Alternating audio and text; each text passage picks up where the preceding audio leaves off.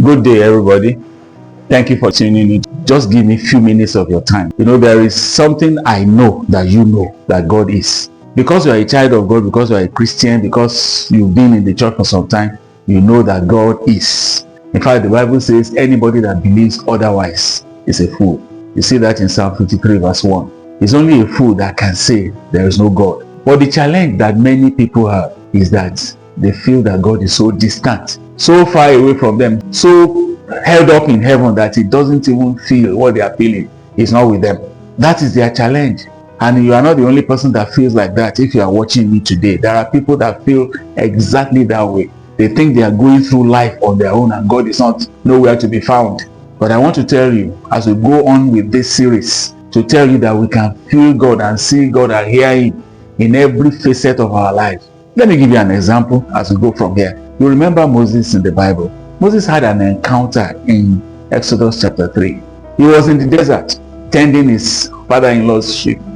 And the Bible said he went to the far side of the desert, only to get there and to see fire.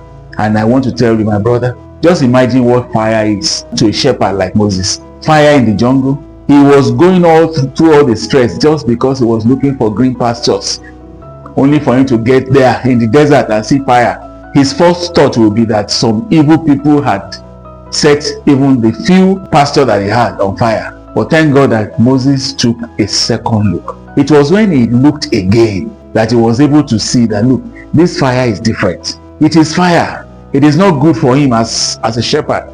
But this particular fire, he could see that it was different because the bush was not consumed. And that's why he took time to go back, to move closer to where that thing was happening.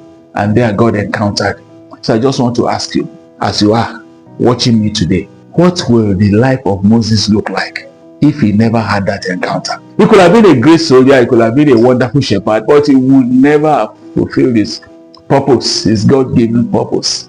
But thank God he looked again.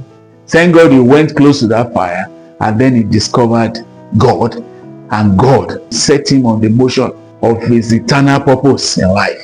In our own everyday lives, we see God like that. He manifests in different ways. At times he comes in a way that we will think it is the work of the devil.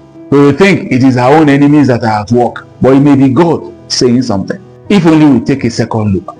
If only we go back and consider what the Lord is doing. Thank you for listening. My name is Kayode Oke, and this is Everyday Life Through God's Lens. Thank you.